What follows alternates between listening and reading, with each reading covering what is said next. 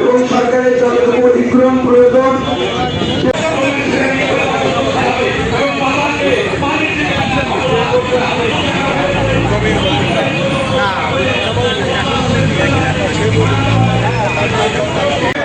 $40,000 শতক, সেখানে আমাদের সড়কের পাশের জমি 33,000 টাকা এই সরকার বাড়াতে পেরেছে। অন্যান্য মিডিয়ায় যদি এই ছোট্ট বড় এই বাস্তব অবস্থা তুলে ধরা হয় তাহলে নিশ্চয় সরকারের বিষয়টা বিবেচনা করবে এবং এই ক্ষতিগ্রস্ত মানুষগুলো তাদের পক্ষে ক্ষতি বুঝিয়ে দেওয়া সম্ভব হবে।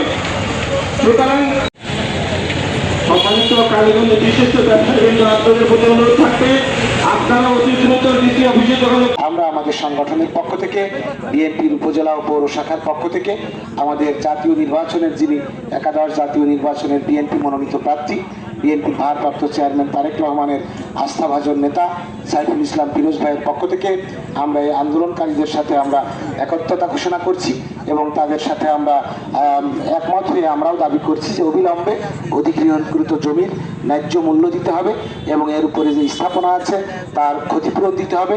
যেসব ব্যবসা বাণিজ্য। সম্মানিত কালীগঞ্জবাসী, আসসালামু আলাইকুম।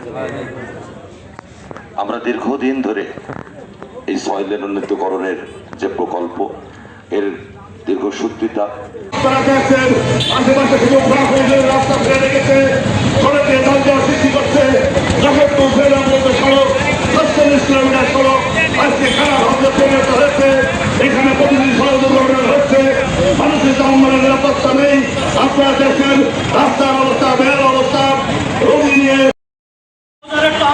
আমি বানাইনি, এই মৌজা রেট দিয়েছেন আপনি, আর যাচাই না করে কেন মৌজা রেট আপনারা এখন নির্ধারণ করছেন?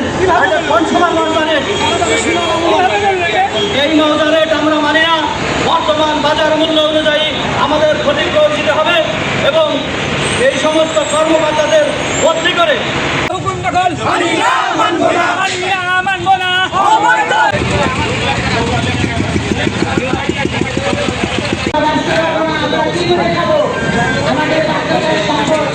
এইভাবে ছিনিয়ে নেওয়া এটা তো আমাদের সম্ভব হয় না। এর থেকে আমাদের ন্যায্য মূল্য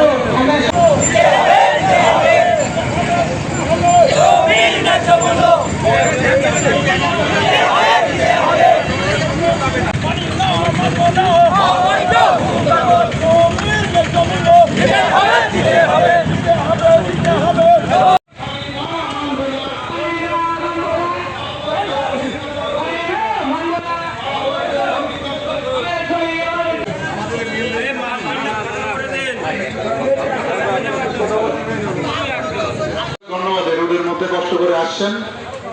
ইউনো স্যার জেলার মিটিং এ গেছেন, তো স্যার আমাকে 10-15 মিনিট আগে জানালো, আমি জানার পরেই চলে আসলাম। জ্যামের কারণে একটু 5 মিনিট বেশি লেগেছে। তো এই হচ্ছে বিষয়। তো আপনাদের স্মারকলিপি ওনারা তো একটু সংশোধন করতে গেছে, কিছু পয়েন্ট হয়তো যোগ করবে, ওটা যোগ করে আনলো, ওটা আমি রিসিভ